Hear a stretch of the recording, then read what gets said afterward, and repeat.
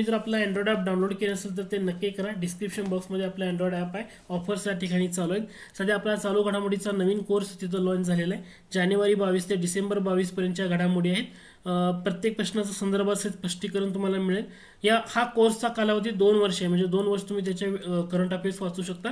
कारण MPSC 1.5 ते 2 वर्षापर्यंतच्या करंट अफेअर्स विचारतं, म्हणून त्याची कालावधी आपण हा जास्त ठेवलेला आहे. 2021 मधल्या घडामोडीवर सुद्धा तुम्हाला त्याच कोर्समध्ये 700 पेक्षा जास्त प्रश्नोत्तरे, त्याचं संदर्भासहित स्पष्टीकरण, प्रत्येक व्हिडिओ तुम्हाला किती वेळा बघता येईल असा आपला कोर्स त्या ठिकाणी लॉन्च झाला आहे. डिस्क्रिप्शन बॉक्समध्ये लिंक आहे. ॲप डाउनलोड केलं असेल तर ते नक्की करा. तुम्हाला त्या कंटेंटमध्ये गेल्यानंतर तुम्हाला सर्व घटक तिथं पाहायला मिळतो. तसंच रिव्हिजनसाठी थोडक्यात पण महत्त्वाचे हा भाग आपण हळूहळू त्याच्यामध्ये आणखी बरेचसे व्हिडिओ अपलोड करणार आहोत. त्यामध्ये होत आहेत रेग्युलरली, तर तुम्ही नक्की जॉईन करा. जास्तीत जास्त उत्तरार्धात व 1830च्या दशकात बंगाली बुद्धिवंतामध्ये तरुण बंगाल चळवळ अग्रेसर होती. तर या चळवळीचं नेतृत्व हा युवक करत होता. त्या युवकाचं नाव काय? अलेक्झांडर डब, डेव्हिड हेयर, ताराचंद चक्रवर्ती का हेनरी विवियन डेराझिओ? तर हे लक्षात घ्या, 1820च्या दशकात आणि 1830च्या दशकामध्ये असं जेव्हा म्हटलं जातं तरुण बंगाल चळवळ, तर तुमचं उत्तर असणार आहे पर्याय क्रमांक 4 हेनरी विवियन डेराझिओ. हेनरी विवियन डेराझिओ ही व्यक्ती, यांचा जन्म बघा, यांचा जन्म आहे 1809ला. ठीक आहे. आणि तुम्हाला जर विचारलं यांचा मृत्यू कधी, तर 1831. म्हणजे हे आयुष्य किती वर्ष जगले? फक्त 22 वर्ष ते आपले आयुष्य जगले होते. दुसरा महत्त्वाचा मुद्दा, यांचा मृत्यू कशामुळे झाला? तर यांचा मृत्यू झाला होता कॉलरामुळे यांचा मृत्यू झाला. तर हेनरी विवियन डेराझिओ यांचा संदर्भ आणि यामध्ये डेव्हिड हेयर एक पॉईंट दिलाय, यांचा संदर्भ काय येतो? तर हेनरी विवियन डेराझिओ यांनी काय केलेलं होतं, तर शिक्षक होते ते, आणि हिंदू कॉलेज जे म्हणजे कलकत्त्याला हिंदू कॉलेज सुरू झालं होतं. कलकत्त्याला सुरू असलेल्या हिंदू कॉलेजमध्ये ते 1826 ते त्यांच्या मृत्यूपर्यंत म्हणजे 1831 पर्यंत कलकत्त्याच्या हिंदू कॉलेजमध्ये काय होते, ते अध्यापक म्हणून नोकरी करत होते. 1826 ते 1831 म्हणजे वयाच्या 17व्या वर्षीपासून ते शिक्षकाची नोकरी करत होते, हे लक्षात घ्या. तर हिंदू कॉलेज मग पॉईंट येतो. हिंदू कॉलेज कुणी सुरू केलं, तर डेव्हिड हेयर यांनी हिंदू कॉलेज सुरू केलं होतं. डेव्हिड हेयर हे डच घड्याळजी होते आणि जेव्हा ते व्यापारासाठी भारतात आले, डच घड्याळजी होते, व्यापारासाठी जेव्हा ते भारतात आले त्यानंतर त्यांनी आपलं संपूर्ण जीवन भारतातल्या शिक्षण क्षेत्रामध्ये प्रसारासाठी त्यांनी घालवलं आणि त्यांनी 1817 मध्ये हिंदू कॉलेज सुरू केलं. कलकत्त्याला हिंदू कॉलेजची स्थापना केली, परंतु त्यांना मदत केली होती राजाराम मोहन रॉय यांनी. म्हणजे कलकत्त्याचं हिंदू कॉलेज कुणी सुरू केलं म्हटलं तर राजाराम मोहन रॉय, आणि दुसरं नाव लक्षात ठेवायचं डेव्हिड हेयर यांच्या मदतीनं. तर त्यांना पण भारतातल्या शिक्षणामध्ये रुची होती म्हणून त्यांनी ते केलं होतं. मग डेव्हिड हेयर हे ॲक्च्युली कोण होते, तर डच घड्याळजी, ते व्यापार करणारा एक व्यक्ती आहे. तो भारतामध्ये येतो आणि हिंदू कॉलेज सुरू करतो, आणि या हिंदू कॉलेजमध्ये मग हा हेनरी विवियन डेराझिओ शिकवत होता 1826 ते 31, आणि तो तरुण एक चळवळ चालवत होता. त्या चळवळीला तरुण बंगाल चळवळ म्हटलं जातं, आणि त्यांचा मृत्यू झाला कॉलरामुळे वयाच्या 22व्या वर्षी 1831 मध्ये. आलं लक्षात? मग आता हे जे अलेक्झांडर डब आहेत, अलेक्झांडर डब यांनी सुद्धा काय केलं, तर राजाराम मोहन रॉय यांच्या मदतीनं त्यांनी काय केलेलं आहे, तर राजाराम मोहन रॉय यांच्या मदतीनं 1830 मध्ये जनरल असेंब्ली इन्स्टिट्यूट स्थापन केली होती कलकत्त्याला. कोणती इन्स्टिट्यूट? जनरल असेंब्ली इन्स्टिट्यूट ही अलेक्झांडर डब यांनी स्थापन केलेली होती. हे एक लक्षात ठेवा फक्त, जनरल असेंब्ली इन्स्टिट्यूट. ओके, एक महत्त्वाचं. ताराचंद चक्रवर्ती इथं का बरं दिलंय मी, कारण हे जे ब्राह्मो समाज म्हणतो किंवा ब्रह्मसभा, ब्राह्मो समाजाच्या सुरुवातीचं नाव काय होतं, ब्रह्मसभा. ब्रह्मसभेचंच रूपांतर ब्रह्म समाजामध्ये झालं. तर ही जी ब्रह्मसभा सुरुवातीला स्थापन झाली होती, या ब्रह्मसभेचे पहिले सेक्रेटरी म्हणून हे ओळखले जातात. म्हणजे ब्राह्मो समाजाचे पहिले सेक्रेटरी कोण असं जर विचारलं गेलं तर तुमचं उत्तर येतं ताराचंद चक्रवर्ती. ठीक आहे. पण दिलेला प्रश्न होता तरुण बंगाल चळवळ अग्रेसर, तर हेनरी विवियन डेराझिओ हे तुमचं करेक्ट आन्सर येणार आहे. ठीक आहे.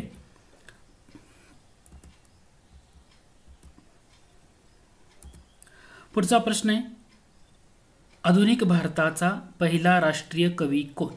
आधुनिक भारताचा पहिला राष्ट्रीय कवी कोण? तर तुमचा आन्सर असणार आहे HV डेराझिओ. ठीक आहे, जे आत्ताच बघितलं आपण, हेनरी डेराझिओ. ओके, तरुण बंगाल चळवळ चालवण्यामध्ये अग्रेसर असणारी व्यक्ती. पुढचा प्रश्न आहे, हा दिवस मुस्लिम लीगने पाकिस्तान निर्मितीसाठी प्रत्यक्ष कृती दिन म्हणून पाळला. मुस्लिम लीगनं प्रत्यक्ष कृती दिन म्हटलं तर 16 ऑगस्ट 1946 हा लक्षात घ्या. किंवा बंगालमध्ये कोणता दिवस शोक दिवस म्हणून पाळण्यात आला, म्हणजे बंगालची फाळणी झाली त्यानंतर कोणता दिवस शोक दिवस म्हणून पाळण्यात आला. जेव्हा असं विचारलं जातं तेव्हा तो तारीख येते, ते येते ऑक्टोबर, म्हणजे किती 16 ऑक्टोबर येते का, 16 ऑक्टोबर 1905ला ओके शोक दिवस म्हणून पाळण्यात आला बंगालमध्ये, बंगालची फाळणीची अंमलबजावणी झाली म्हणून. 16 ऑगस्ट 1946 मुस्लिम लीगनं प्रत्यक्ष कृती दिन म्हणून पाळला. किंवा असं जर म्हटलं रॅमसे मॅकडोनाल्ड ब्रिटिश पंतप्रधान, ठीक. जातीय निवाडा केव्हा घोषित झाला, जातीय निवाडा केव्हा घोषित झाला, हे जे पॉईंट आहेत ना याच्यावर परीक्षेला विचारलं जातं. जातीय निवाडा असं म्हटल्यानंतर तुमचं उत्तर असणार आहे 16 ऑगस्ट 1932. जातीय निवाडा म्हटलं 16 ऑगस्ट 1932. शोक दिवस म्हटलं 16 ऑक्टोबर 1905. प्रत्यक्ष कृती दिन म्हटलं 16 ऑगस्ट 1946. त्यानंतर मी जर असं विचारलं स्वातंत्र्यपूर्व काळात भारतामध्ये खालीलपैकी कोणता दिवस स्वातंत्र्य दिन म्हणून साजरा केला, स्वातंत्र्यपूर्व काळ कोणता दिवस स्वातंत्र्य दिन म्हणून भारतामध्ये साजरा केला, स्वातंत्र्यपूर्व काळात म्हणजे अगोदर स्वातंत्र्य दिन, तर तो होता 26 जानेवारी 1930. 26 जानेवारी 1930. रिझन काय येतं, कारण डिसेंबर 1929 काँग्रेसचं अधिवेशन कुठं झालं, काँग्रेसचं अधिवेशन झालं होतं लाहोरला, बरोबर. या अधिवेशनाचे अध्यक्ष कोण असं जर विचारलं तर उत्तर येतं पंडित नेहरू. डिसेंबर 1931 काँग्रेसच्या अधिवेशनाचे अध्यक्ष कोण, पंडित नेहरू.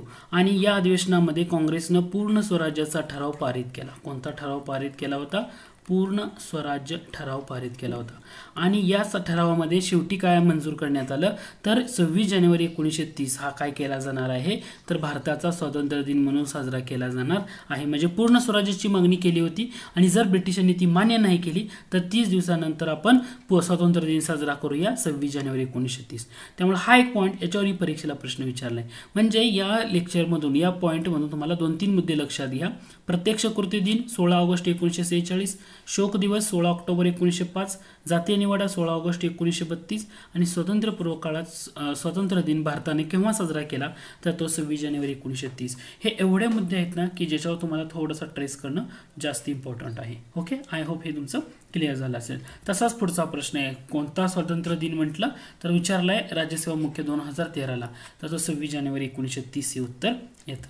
त्यानंतर हा जो प्रश्न आहे की खालीलपैकी कोण कॅबिनेट मिशनचे सदस्य नव्हते, खूप वेळा विचारले, म्हणजे स्टेप पूर्व 2016, कृषी सेवा पूर्व 2017. तर लक्षात घ्या कॅबिनेट मिशन म्हटलं की माउंटबॅटन येत नाही, त्याच्यामध्ये लॉरेन्स येतात, अलेक्झांडर येतात आणि क्रिप्स येतात, पण येत कोण नाहीये तर माउंटबॅटन हे येत नाहीत. त्यानंतर पुढचा जो प्रश्न आयोगानं 2 पद्धतीनं कसा विचारलाय तो समजून घ्या. प्रश्न आहे डिसेंबर 1930च्या अलाहाबाद येथील मुस्लिम लीगच्या अधिवेशनात कोणाच्या अध्यक्ष भाषणाने पाकिस्तानचा पाया घातला गेला असं मानलं जातं. ठीक आहे, जेव्हा तुम्हाला असं विचारलं जातं, मुस्लिम लीग अशी संघटना आहे ऑक्टोबर, ओके, यांचं स्थापना आहे 1906 मध्ये. ठीक आहे, 1906 मध्ये मुस्लिम लीग अशी संघटना आहे की ज्या संघटनेमध्ये त्या लीगचे जे अध्यक्ष असतात तर ते प्रत्येक वेळी अधिवेशनाचे अध्यक्ष असतील असं नाहीये. म्हणजे मुस्लिम लीग ही संघटना, या संघटनेचे अध्यक्ष समजा असं गृहीत धरा की बॅरिस्टर जिना आहेत, बॅरिस्टर जिना. पण जेव्हा त्यांचं वार्षिक अधिवेशन भरत होतं डिसेंबरमध्ये तेव्हा तेच अध्यक्ष हित अध्यक्ष म्हणून काम करतील असं नाही. एक तर ते त्या जिनांनाच बसू शकत होते किंवा दुसरा इतर व्यक्तीला ते अध्यक्ष म्हणून अधिवेशनाचे ठेवू शकत होते. म्हणजे संघटनेचा जो अध्यक्ष आहे तोच अधिवेशनाचा अध्यक्ष असेल असं नाही. एखाद्या वेळेस असू पण शकतो, कधी पण नसू पण शकतो. त्याच्यामुळे जसं काँग्रेससारखं नाहीये याच्यामध्ये. आता प्रश्न असा विचारला, डिसेंबर 1930ला जे मुस्लिम लीगचं अलाहाबाद येथं अधिवेशन झालं आणि या अधिवेशनामध्ये कोणाच्या अध्यक्ष भाषणाने पाकिस्तानचा पाया घातला गेला तर तिथं तुमचं उत्तर असणार आहे इक्बाल. कोणाचं उत्तर असणार आहे इक्बाल, कवी इक्बाल यांच्या अध्यक्ष भाषणाने पाकिस्तानचा पाया घातला गेला. हे ASO पूर्व 2013ला विचारलं. आता बाकी इतर ऑप्शन मध्ये जर बघितलं रहमत अली दिले, रहमत अली चौधरी किंवा रहमत अली म्हटलं तर यांनी ऍक्च्युली कवी इक्बाल यांनी काय केलं होतं तर मुस्लिम राष्ट्राची कल्पना सांगितली या इथून. पण रहमत अली चौधरी यांनी जो पाकिस्तान वर्ड म्हणतो हा वर्ड रहमत अली चौधरी यांनी दिला. पाकिस्तान हा वर्ड, म्हणजे पाकिस्तान हा वर्ड कवी इक्बाल यांनी दिला का? नाही, तो रहमत अली चौधरी यांनी दिला. आणि तो कुठून दिला होता? तर नाऊ और नेवर हा त्यांचं जे पुस्तक आहे, नाऊ और नेवर या त्यांच्या पुस्तकामधून रहमत अली चौधरी यांनी पाकिस्तान हा वर्ड दिला. Okay, are you getting my point? ठीक आहे. त्यानंतर आगा खान यांचं काय येतं? तर मुस्लिम लीगचे पहिले अध्यक्ष, मुस्लिम लीगचे पहिले अध्यक्ष. बरं, त्यांना मुस्लिम लीगचं पहिलं अध्यक्ष असं का म्हटलं जातं? मुस्लिम लीगचं त्यांना पहिला अध्यक्ष का? किंवा मुस्लिम लीग, आता आपण जे म्हणतो की ऑल इंडिया मुस्लिम लीग, मुस्लिम लीगचं नाव काय आहे? All India Muslim league. हे नाव कोणी दिलं? तर हे आगा खान यांनी दिलं. ऑल इंडिया मुस्लिम लीग एक संघटना असेल, सगळं म्हटले ठीक आहे, पण ह्याला नाव कोणी दिलं? All India Muslim league. तर हे आगा खान यांनी दिलं. आणि आगा खान काय आहेत? तर ह्या मुस्लिम लीगचे पहिले अध्यक्ष आहेत, हे लक्षात घ्या. म्हणजे तुम्हाला ह्याचा सगळा फ्लो लक्षात येणं किंवा महत्त्वाचा मुद्दा माहीत असणं गरजेचं आहे. ठीक आहे. ओके, मग मुस्लिम लीग ह्याच्यामुळेच मग त्यांना 1909चा जो कायदा येतो, या मोर्लेमेंटो कायदा, याच्यामधून मुस्लिमांना स्वतंत्र मतदारसंघ देण्यात आले होते 1909च्या कायद्यामुळे. ठीक आहे, हे समजतं? ठीक. ओके, मग आता असाच प्रश्न आयोगानं लगेच राज्यसेवा मुख्याला कसा विचारलाय तो पाहून घ्या. प्रश्न विचारलाय 1930च्या मुस्लिम लीगचं कुठलं अधिवेशन आहे की ज्या अधिवेशनामध्ये कवी मोहम्मद इक्बाल मुस्लिम राष्ट्राची कल्पना मांडली? समजलं? तर ते अलाहाबाद, जस्ट आपण आताच्याच प्रश्नामध्ये बघितलं होतं अलाहाबाद. तर आयोगाने ना एकाच पॉईंटवरनं दोन मुद्दे असे विचारलेले आहेत. म्हणजे तुम्हाला ह्याचा थोडासा फ्लो समजून घ्या. ठीक आहे, सिंपल आहे, फक्त समजून घेण्याची गरज आहे यामधून. पुढचा प्रश्न बघितला, हंटर आयोगाचे प्रमुख डॉक्टर विल्यम हंटर यांच्या मते डॅश डॅश त्या तोडीची एकही शाळा हिंदुस्थानात नव्हती. म्हणजे कोणत्या तोडीची? हंटर आयोगानं म्हटलं तर कोणती शाळा? शारदा सदन बघितलं. आता हंटर आयोग कधीचा आहे? 1882. ठीक आहे. शारदा सदनची स्थापना आहे 11 मार्च 1889. 11 मार्च 1889 हे शारदा सदन पंडित रमाबाईंनी सुरू केलं. हंटर आयोग आहे 1882चं. म्हणजे हे उत्तर येणार का? डेफिनेटली नाही. हुजूरपागा येथे मुलींची पहिली शाळा कोणी सुरू केली असं जर विचारलं तर तुमचं उत्तर येणार आहे रमाबाई रानडे. हुजूरपागा मुलींची पहिली शाळा किंवा पहिलं हायस्कूल हे कोणी सुरू केलं? रमाबाई रानडे यांनी सुरू केलं. मग रमाबाई रानडे हे कॉलेज हायस्कूल कधी झालं होतं?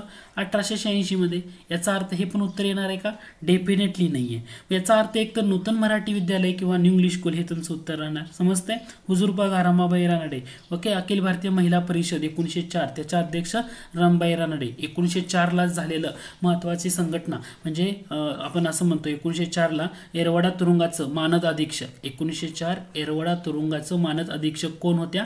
तर रमाबाई रानडेच होत्या. किंवा 1908 मध्ये एक संस्था किंवा संघटना स्थापन झाली होती, त्याचं नाव येतं सेवा सदन. तर सेवा सदनच्या स्थापनेमध्ये कोणाचा पुढाकार आहे असं जेव्हा विचारलं जातं तेव्हा सुद्धा त्यांचं उत्तर काय असणार आहे? रमाबाई रानडे. आणि ही सेवा सदन स्थापन झाली होती मुंबईला, रमाबाई रानडे. ठीक आहे. आणि याचं मुख्यालय किंवा याचं रूपांतर 1909 मध्ये याची ब्रांच पुण्याला निघाली किंवा ते त्याचं पुण्याला हलवलं. तर हे पुणे त्यांचं परत केंद्र बनलेलं होतं. रमाबाई रानडे म्हणजे न्यायमूर्ती रानडे यांच्या त्या पत्नी. जेव्हा न्यायमूर्ती रानडे यांचं निधन झालं तेव्हा त्यांनी ग्रंथ लिहिला होता एक, तो म्हणजे आमच्या आयुष्यातील काही आठवणी. हा आत्मचरित्रात्मक त्यांचा ग्रंथ आहे. आमच्या आयुष्यातील काही आठवणी. म्हणजे तुम्हाला इथे एका पॉईंटवरनं तुम्हाला कितीतरी लक्षात ठेवता येतं. ओके, हिस्ट्रीचा अभ्यास करताना प्रश्नोत्तराच्या स्वरूपामध्ये तर त्याचा ॲनालिसिस खूप महत्त्वाचं आहे. जेव्हा तुम्ही ॲनालिसिस करायला लागाल तेव्हा तुमचं ती डेप्थ किंवा नॉलेज आहे ना ते हळूहळू वाढत जातं. ठीक आहे. आमच्या आयुष्यातील काही आठवणी म्हटलं, हे आत्मचरित्रात्मक ग्रंथ कोणाचा? तर तुमचं उत्तर असणार आहे रमाबाई रानडे यांचा. समजा मी असं म्हटलं तुम्हाला आत्मवृत्त, हे आत्मचरित्रात्मक ग्रंथ कोणाचा? आत्मवृत्त. जेव्हा मी आत्मवृत्त म्हणेल तेव्हा तुम्हाला लगे लक्षात आलं पाहिजे आत्मवृत्त इंग्रजीमध्ये looking back. Yes, Maharshi Karve यांचा आत्मचरित्रात्मक ग्रंथ आहे आत्मवृत्त. ओके, महर्षी कर्वे. हा महत्वाचा पॉईंट. किंवा मी तुम्हाला असं म्हटलं अरुणोदय हे आत्मचरित्रात्मक ग्रंथ कोणाचा आहे? अरुणोदय. अरुणोदय म्हटल्यानंतर लगेच आलं पाहिजे तुमचं येस बाबा पदमनजी. आत्मचरित्रात्मक ग्रंथ कोणाचा येतो? बाबा पदमनजी. असं थोडंसं मुद्दा लक्षात ठेवा. ओके, आता प्रश्न असा होता की new English school, new English स्कूलची स्थापना कोणी केली असं जर विचारलं तर न्यू इंग्लिश स्कूलची स्थापना आहे 1880. म्हणजे 1882 मध्ये जे हंटर आयोग आलं त्यांनी ह्याच्याबद्दल म्हटलं असेल डेफिनेटली. तर पर्याय ते new English school. Okay, new English school पुण्यामध्ये 1880 साली स्थापन झालं. याच्यामध्ये कोण कोण व्यक्ती येतात? तर याच्यामध्ये आगरकर येतात. बरोबर, आगरकर येतात का? येस. टिळक येतात का? हो, टिळक येतात, आगरकर टिळक.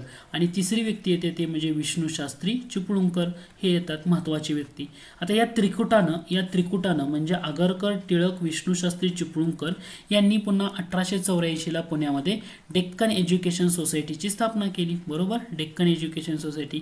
आणि या सोसायटी मार्फतच मग 1885ला काय सुरू झालं? Fergusson college. Okay, Deccan education society.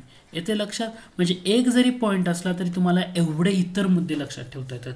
आता फॉर एक्झाम्पल शारदा सदन म्हटलं मी. शारदा सदन का म्हटलं? 11 मार्च 1889ला स्थापना आहे. मग प्रश्न असा उरला पाहिजे, हे शारदा सदन स्थापन करताना पंडित रमाबाईला पैसा आला कुठून? तर पंडित रमाबाईंनी शारदा सदनची स्थापना एका रमाबाई असोसिएशन ही त्यांची जी संघटना होती, म्हणजे 1886ला, ह्याचा मुद्दा पण लक्षात घ्या. 1886ला जेव्हा आनंदीबाई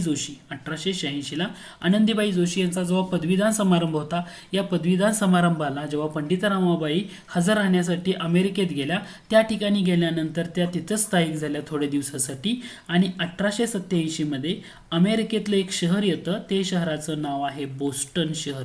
काय नाव आहे? बोस्टन शहर. आणि या बोस्टन शहरामध्ये त्यांनी रमाबाई असोसिएशन नावाची संघटना स्थापन केली. कोणती?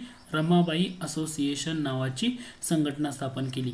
आणि या संघटनेमार्फत जो पैसा गोळा झाला, त्या पैशाचा वापर त्यांनी काय केला? भारतामध्ये शारदा सदन स्थापन करण्यामध्ये केला. ठीक आहे. आणि या शारदा सदनमध्ये एक इंग्लिश बाई सुरुवातीला शिकवत होती, त्यांचं नाव येतं मिस डेमन. काय नाव येतं? Miss Damon. कारण परीक्षेला दोन गोष्टीमध्ये कन्फ्युजन होतं, एक म्हणजे मिस फरार किंवा मिस डेमन.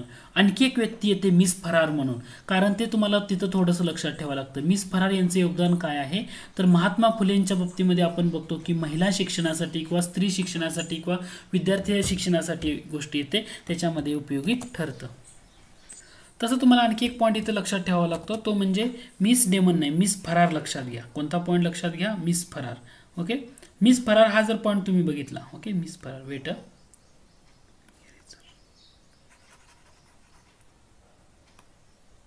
ओके, मिस फरार नाव लक्षात घ्या, मिस फरार. मिस फरार ही जी अहमदनगरची बाई होती, या बाईंकडून मग महात्मा फुलेंनी ॲक्च्युली ते शिकलं की महिलांचं किंवा मुलींच्या शिक्षणासाठी ज्या शाळांचा प्रसार त्यांनी केला, तर प्रेरणा कोणाकडून घेतली होती? तर ही मिस फरार यांच्या बाईकडून. यांनी योगदान दिलं होतं अहमदनगरमध्ये ज्या शिक्षण क्षेत्रामध्ये. ठीक आहे, तर यांच्याकडं असं तुम्हाला बरेचसे मुद्दे लक्षात ठेवता येतील. ओके, पुढचा प्रश्न आहे, आर्य बांधव समाज खालीलपैकी कोणत्या ठिकाणी होता? आर्य बांधव समाज म्हटलं की 2 जिल्हे, वर्धा आणि नागपूर. आर्य बांधव समाज म्हटलं की वर्धा आणि नागपूर अशा 2 ठिकाणी होता. त्यामुळे तुमचं उत्तर असणार आहे वर्धा आणि नागपूर. त्यामुळे नागपूर हे तुमचं करेक्ट असणार आहे. ओके, श्रीधर बुवा अभ्यंकर असं आपण लक्षात ठेवू शकतो. श्रीधर परांजपे, बुवा उपाध्ये, म्हणजे ही नावं कसं? श्रीधर परांजपे, बुवा उपाध्ये, ही जी लोक येतात तर ते आर्य बांधव समाजाच्या संदर्भात येतात. तर हा प्रश्न होता गुप्त संघटनांच्या संदर्भामध्ये. तसं यवतमाळचं म्हटलं तर टोंगे, ओके, काने, सिद्धनाथ काने, टोंगे हे व्यक्ती येतात गुप्त संघटनामध्ये. किंवा तुम्ही जर असं बघितलं, अमरावतीला दादासाहेब खापर्डे यांच्या अध्यक्षतेखाली गुप्त संघटना स्थापन झाली होती. ठीक आहे, तर आर्य बांधव समाज म्हणजे वर्धा आणि नागपूर. गुप्त संघटनांचा जो मुद्दा येतो त्यामध्ये हा प्रश्न येतो. पुढचा प्रश्न आहे, अस्पृश्यांना मानवी हक्क मिळावे यासाठी लढणाऱ्या डॅश डॅश यांनी 1903 मध्ये सन्मार्ग बोधक निराश्रित समाज, 1907 मध्ये चोखामेळा मुलींची शाळा सुरू केली. आता चोखामेळा असं जेव्हा म्हटलं तर तुमचं उत्तर असणार आहे किसन फागोजी बनसोडे. ठीक आहे, कारण चोखामेळा म्हटल्यानंतर करेक्ट आन्सर येतं. कारण सन्मार्ग बोधक निराश्रित समाज ही संस्था त्यांनी सुरू केली होती की ज्या संस्थेमधून अस्पृश्यांसाठी असणारी शैक्षणिक आणि आर्थिक प्रगती साधणं हा त्यांचा महत्त्वाचा उद्देश होता. आता किसन फागोजी बनसोडे यांच्याबद्दल अभ्यास करताना 2 मुद्दे लक्षात घ्या. त्यांनी सुरू केलेली वृत्तपत्र. पहिलं वृत्तपत्र होतं, त्याचं नाव आहे निराश्रित हिंद नागरिक. काय नाव आहे? निराश्रित हिंद नागरिक हे वृत्तपत्र. निराश्रित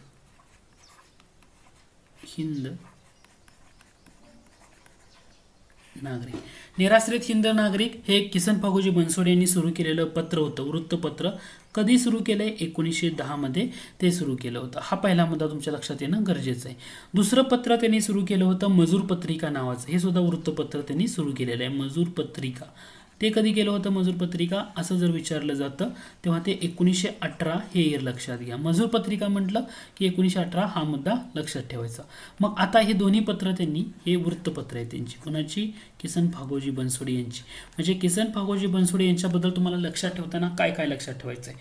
पहिला मुद्दा निराश्रित, जो परीक्षेलाच विचारलाय, त्यामुळं सन्मार्गबोधक निराश्रित समाज की ज्यामधून अस्पृश्यांसाठी शैक्षणिक व आर्थिक प्रगती करणं, चोखामेळा मुलींची शाळा सुरू करणं किंवा वाचनालय सुरू करणं त्यांच्यासाठी हा मुद्दा. आणि निराश्रित हिंद नागरिक 1910ला आणि मजूर पत्रिका 1918ला जे वृत्तपत्र सुरू केलं त्याच्यासाठी ते ओळखले जातात. मग आता प्रश्न राहतो शिवराम जानबा कांबळे. शिवराम जानबा कांबळे यांच्यावर परीक्षेला प्रश्न विचारला होता की यांच्यावर कोणाचा प्रभाव आहे. तर गोपाल बाबा वलंगकर, त्यानंतर महात्मा फुले, बाबा पदमनजी, लोकहितवादी, आगरकर या सर्वांचा त्यांच्यावर प्रभाव होता. आता जेव्हा शिवराम जानबा कांबळे यांच्याबद्दल विचारलं जातं तेव्हा लक्षात ठेवा 5 जुलै 1908 जे पहिलं दलित मासिक म्हणून जे ओळखलं जातं त्याचं नाव आहे सोमवंशीय मित्र. काय नाव आहे? सोमवंशीय मित्र हे सुरू केलं दलित मासिक, सोमवंशीय मित्र. तर ते येतात शिवराम जानबा कांबळे. ओके, 1908ला मासिक सुरू केलेलं.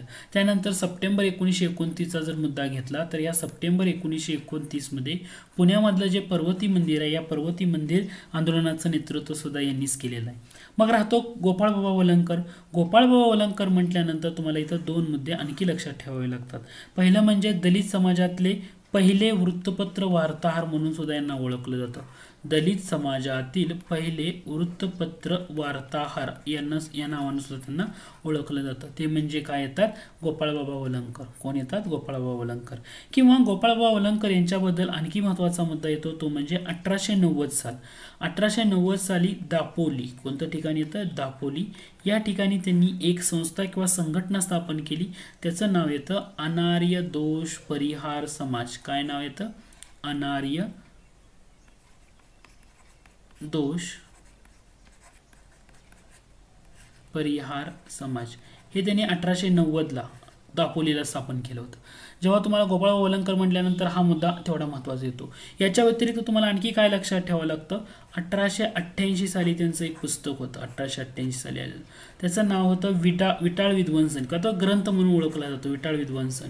की या ग्रंथामधून त्यांनी अस्पृश्यांचं खंडन केलं. म्हणजे अस्पृश्यतेचं जे खंडन त्यांनी विटाळ विध्वंसन या त्यांच्या आपल्या ग्रंथामधून केलेला आहे. तर हा एक मुद्दा तुम्हाला लक्षात ठेवावा लागतो. ओके, 1888 विटाळ विध्वंसन, अस्पृश्यतेचं खंडन त्यांनी केलेलं होतं. तर तुम्हाला अस्पृश्यांच्या बाबतीमध्ये किंवा गोपाळ वलंगकरांच्या बाबतीमध्ये हे मुद्दे लक्षात घ्या.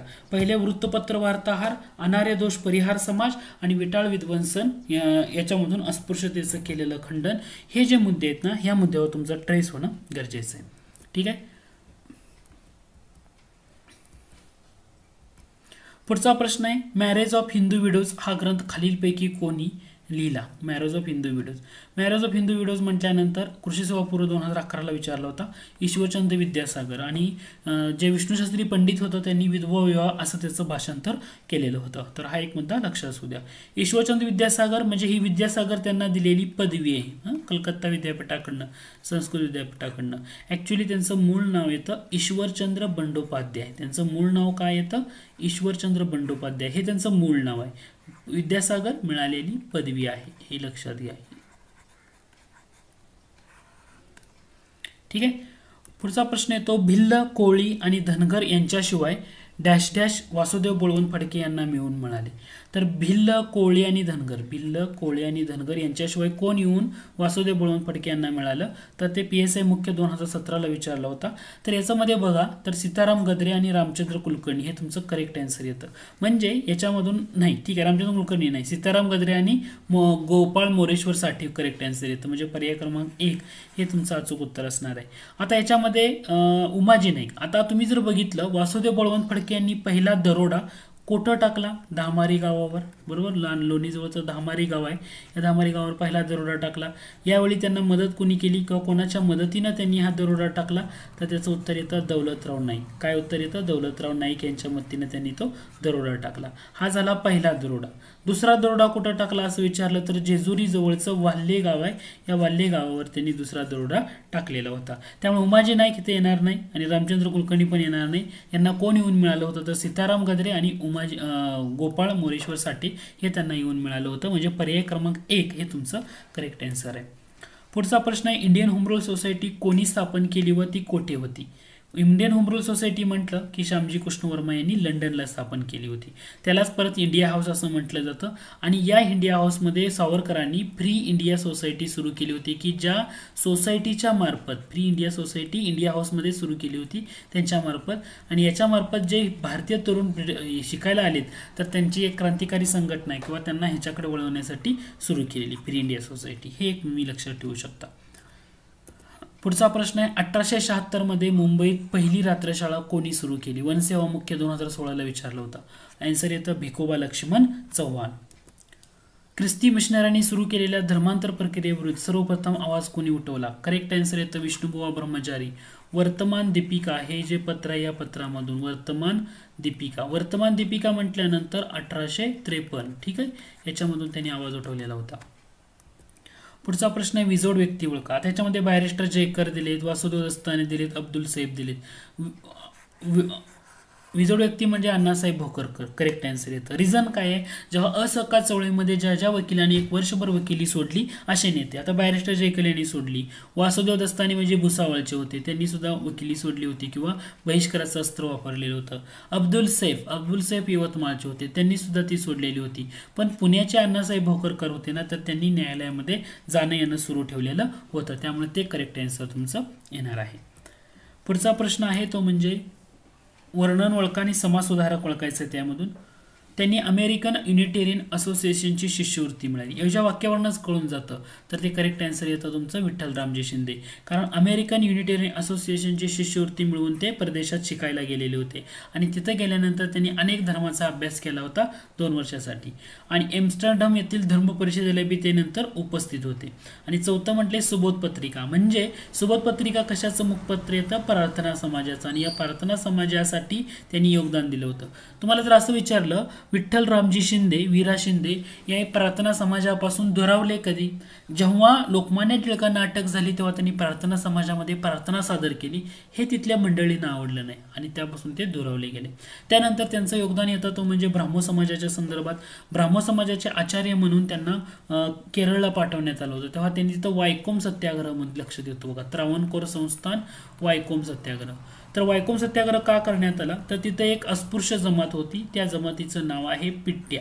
आणि या अस्पृश्य जमातीला, पिट्ट्या नावाची जी अस्पृश्य जमाती आहे तिथं खूप अत्याचार अन्याय केले जात होते. तर या अस्पृश्य जमातीचा एक साधू, त्याचं नाव आहे शिवप्रसाद. तर या साधूच्या सोबत त्यांनी मिळून तिथं काय केला? एक सत्याग्रह केला. म्हणून तो वायकोम सत्याग्रह म्हणून ओळखला जातो. आणि ती गोष्ट जो ब्राह्मो समाज आहे या ब्राह्मो समाजाच्या महत्त्वाच्या लोकांना आवडली नाही. म्हणजे तुम्हाला लक्षात घ्या विठ्ठल रामजी शिंदे यांनी प्रार्थना समाजाशी पण कार्य केले आणि दुसरं म्हणजे ब्राह्मो समाजासाठी पण कार्य केलेलं आहे. प्रार्थना समाजासाठी ओके कार्य केलेलं आहे, हे तुम्ही इथं लक्षात ठेवणं इम्पॉर्टंट आहे. पुढचा प्रश्न आहे महाराष्ट्रातील 1857च्या उठावाचं नेतृत्व कोणी केलं? भगवंतराव कोळी येतात, नानासाहेब पेशवे, रंगोबापाजी गुप्ते आणि रामजी शिरसाट कोल्हापूरमधून. 31 जुलै 1857. 31 जुलै रामजी शिरसाट म्हणलं की हे लक्षात ठेवा. कोल्हापूरमध्ये उठाव झाला त्यामध्ये ते पण येतात. ओके, हे सगळं उत्तर येतं. किंवा रंगोबापाजी गुप्ते यांना त्यांच्याच जातीच्या एका व्यक्तीनं विश्वासघातानं पकडून दिलं, पोलिसांच्या हवाली केलं. हे जो प्रश्न परीक्षेला विचारला जातो. कृष्णाजी सदाशिव सिंदकर हे त्यांचं नाव येतं. काय? कृष्णाजी सदाशिव सिंदकर. पुढचा प्रश्न आहे 1857ची घटना स्वातंत्र्य युद्ध नव्हते कोणी म्हटलंय? फाटक, NR फाटक. ठीक आहे, स्वातंत्र्य युद्ध नव्हतं असं कोणी म्हटलं. पुढचा प्रश्न आहे मुंबईतील गिरणी मालकांनी परिस्थितीचं गांभीर्य ओळखून कोणत्या साली बॉम्बे मिल ओनर्स असोसिएशन ही संघटना स्थापन केली? करेक्ट आन्सर येतं 1876. आता याच्या संदर्भात एक व्यक्ती येते ती म्हणजे दिनशॉ माणिकजी पेटीट हे त्या संघटनेच्या वतीनं खूप काळासाठी त्याचे प्रमुख राहिले होते. ठीक आहे, 1876ला ही संघटना सुरू झाली होती.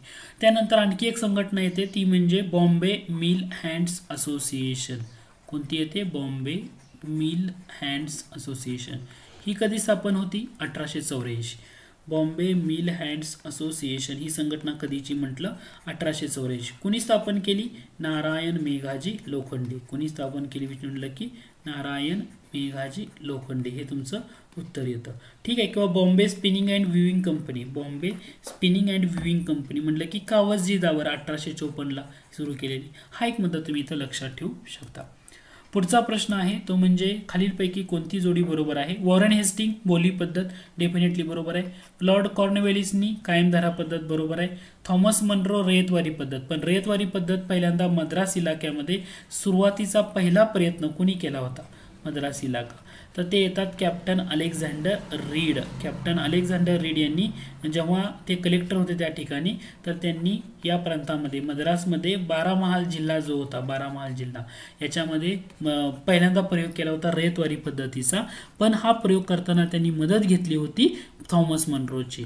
ओके, म्हणजे लघु प्रमाणात केला होता, पण याचं इम्प्लिमेंटेशन अचूकरित्या केलं होतं थॉमस मनरो. म्हणजे थॉमस मनरो जेव्हा मद्रास इलाक्याचे गव्हर्नर झाले तेव्हा त्यांनी त्याचा वापर केला. होल्ट मॅकेन्झी महालवारी पद्धत डेफिनेटली बरोबर आहे. यामध्ये दिलेले सर्व पर्याय बरोबर आहेत.